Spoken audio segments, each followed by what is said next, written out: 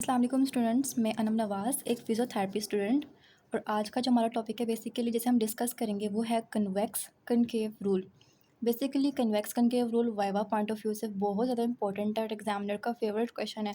और अगर हम लोग बात करें कि हम लोग इस कंसेप्ट को समझना ही क्यों चाहते हैं, तो बेसिकली थेराप्यूटिक्स और मैनुअल थेरेपी में इसका कंसेप्ट मौजूद है।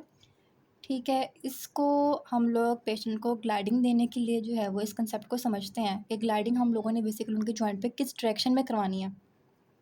ठीक, so basically convex concave rule is use to determine the direction of gliding forces during joint mobilization. मतलब जब भी हम लोग जॉइंट मोबिलाइजेशन करवा रहे हो पेशेंट के ऊपर, तो ग्लाइडिंग किस डायरेक्शन में हम लोगों ने करनी है हमें कन्वेक्स कनकेव रूल बताता है। ठीक है, इसको डेवलप किया था फ्रेडी कैल्टरबोन ने, जिसने ये प्रेडिक्ट किया कि किस तरह से जॉइंट सर्फेसेस मूव करती हैं in relation to the movement of bone. ठीक हो गया। तो यहाँ पे हम लोग छोटा सारा कंसेप्ट एक समझते हैं कन्वेक्स बोन्स का और कनकेव बोन्स का, मतलब एक डिफरेंस। बेसिकली जो कन्वेक्स बोन्स होती है ना, इनकी जो कर्व्स होती हैं वो आउटवर्ड साइड पे होती हैं, राउंडेड होती हैं एक बॉल की तरह। जैसे कि हमारे पास एग्जांपल में ह्यूमरस आता है, फीमर आता है, मेटाकार्पोफ्लेंजियल जॉइंट्स आते हैं। ठीक है, यहाँ पे ये मैंने एक ह्यूमरस का हेड बनाया, ये ह्यूमरल हेड है। बाहर की तरफ ये हमें आउटवर्ड नज़र आ रहा है एक बाउल की तरह। किसकी तरह? बॉल की तरह, राउंडेड शेप है ह्यूमरल हेड का। ठीक है, तो ये है कन्वेक्स बोन। इसी तरह से जो फीमर है जो कि असेटाबुलम के अंदर फिट हो रहा होता है हिप के, ठीक है, उसके ऊपर भी एक हेड बना हुआ होता है, उसे हम फीमरल हेड कहते हैं। ठीक, वो भी एक कन्वेक्स बोन है। इसी तरह से जो हमारे मेटाकार्पल्स होते हैं वो भी क्या है, कन्वेक्स बोन है। ऑन द अदर हैंड अगर हम लोग कनकेव बोन की बात करें तो ये अंदर की तरफ जो है वो इनवर्ड राउंडेड होते हैं। अंदर की तरफ, जैसे कि ये अंदर की तरफ ये बोन क्या है, राउंडेड है। ठीक है, और अगर हम लोग स्कैपुला की ग्लिनॉइड कैविटी की बात करें, ठीक है, तो आपने देखा होगा जिसके ऊपर ह्यूमरल हेड जो है वो फिट हो रहा होता है वो भी अंदर की तरफ राउंडेड होता है। ठीक हो गया। तो ये था छोटा सारा कंसेप्ट हमारे पास कन्वेक्स बोन का और कनकेव बोन का। कन्वेक्स बोन में ह्यूमरस है, फीमर है और मेटाकार्पोफ्लेंजियल जॉइंट है। ठीक है, जिनका कर्व बाहर की तरफ बना होता है, बॉल बना होता है उनका, राउंडेड शेप में बाहर की तरफ।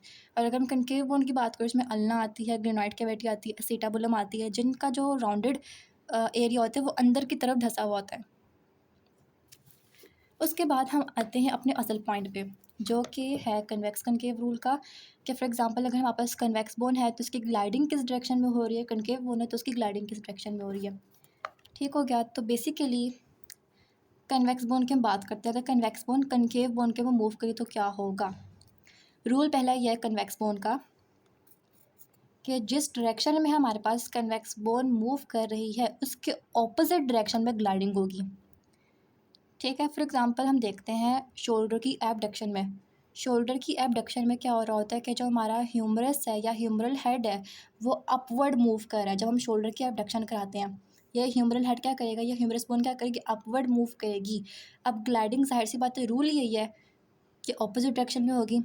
ठीक है, अब ह्यूमरस तो अपवर्ड मूव कर रहा है शोल्डर के एबडक्शन के केस में, तो ग्लाइडिंग क्या होगी, इन्फीरियर साइड पे होगी, डाउनवर्ड होगी। तो ये चीज़ हमेशा याद रखनी है। अगर किसी ने पूछा कि कन्वेक्स बोन की अगर हम मूवमेंट करवाएं तो ग्लाइडिंग किस डायरेक्शन में होगी, तो हम लोगों ने बताया कि ग्लाइडिंग क्या होगी, उसकी ऑपोजिट डायरेक्शन में होगी। और फिर शोल्डर की एबडक्शन की एग्जाम्पल दे देनी है। अब ये डायग्राम देखते हैं हम लोग, ये देखें, ये जो बोन है, ठीक है, ये कन्वेक्स बोन है जिसका हेड बना हुआ है। अब ये बोन जो है वो इस डायरेक्शन में मूव कर रही है, तो उसकी जो ग्लाइडिंग है वो ऑपोजिट डायरेक्शन में मूव कर रही है। इस एग्जांपल से, इस डायग्राम से आपको समझ में आ गया होगा कि जिस डायरेक्शन में बोन मूव करे, जैसे कि ये इस डायरेक्शन में मोर जो है वो मूव कर रही है, तो उसके ऑपोजिट डायरेक्शन में बस क्या होगा, ग्लाइडिंग होगी। ग्लाइडिंग को हम लोग ट्रांसलेशन भी कहते हैं, स्लाइडिंग भी कहते हैं। ठीक है, तो इस यहाँ पे देखें, in convex bone gliding occurs in opposite direction the bone movement. ठीक है, वही सारा कंसेप्ट है। उसके बाद हम बात करते हैं कनकेव बोन की। जब कनकेव बोन कन्वेक्स बोन के वो मूव करे तो क्या होगा, या जब कनकेव बोन मूव करती है तो ग्लाइडिंग किस डायरेक्शन में होती है। ठीक है, तो हमेशा इसका एक रूल आपने ये याद रखना है कि जिस डायरेक्शन में जो है वो कनकेव बोन मूव कर रही है उसी सेम डायरेक्शन में क्या होगी, हमारे पास ग्लाइडिंग होगी। जिस डायरेक्शन में कनकेव बोन मूव कर रही है उसी सेम डायरेक्शन पे ग्लाइडिंग होगी। तो ये बात याद रखनी है। एग्जाम्पल में आप टीबिया के एग्जाम्पल लिख सकते हैं। ठीक है, जैसे कि एक डायग्राम है, ऊपर फीमर बोन है। अब टीबिया जो थी वो पीछे की तरफ थी, वो उसकी एक्सटेंशन हुई है, वो फॉरवर्ड आगे की तरफ उसने मूव किया है। ठीक है, तो ग्लाइडिंग भी क्या होगी, एंटीरियर डायरेक्शन में होगी। तो ये बात याद रखनी है। ठीक, कि जो कन्वेक्स बोन होती है उसकी gliding opposite direction to the bone movement होती है, और जो कनकेव बोन होती है उसकी जो हमारे पास ग्लाइडिंग होती है वो same direction to the bone movement होती है। इस बात का बिल्कुल ख्याल रखना है। अगर कोई भी आपसे एग्जामिनर एक्सटर्नल पूछे कि आप मुझे बेसिकली ग्लाइडिंग का बताएं कि हम लोग ग्लाइडिंग जो है वो किस तरह से डिटरमाइन कर सकते हैं, तो आपने बताना है कि कन्वेक्स कनकेव रूल हमें ये बताता है कि जो कन्वेक्स बोन है उसकी जो ग्लाइडिंग होती है वो ऑपोजिट डायरेक्शन में होती है टू दैट बोन मूवमेंट, और जो कनकेव बोन है उसकी जो ग्लाइडिंग है वो उसी सेम डायरेक्शन में होती है जिस डायरेक्शन में बोन जो है वो कनकेव वाली मूव कर रही है। तो ये दो चीज़ें याद रखनी है। ये छोटा सा कंसेप्ट था कन्वेक्स कनकेव रूल का, जो कि बहुत ज़्यादा इंपॉर्टेंट है आपके मैनुअल थेरेपी में भी, जब आपने पेशेंट को ग्लाइडिंग वगैरह देनी होती है जॉइंट मोबिलाइजेशन के दौरान। ठीक है, और वाइवा पॉइंट ऑफ व्यू से भी और रिटन के पॉइंट ऑफ व्यू से भी बहुत ज़्यादा इंपॉर्टेंट है। तो आई होप सो कि आपको इस पूरे टॉपिक की समझ में आ गई होगी। कोई भी मसला हुआ तो आप कमेंट में बता सकते हैं। इसके अलावा चैनल को लाइक करें, शेयर करें और सब्सक्राइब करें, और बेल आइकन को ज़रूर क्लिक कीजिएगा। अल्लाह हाफिज़।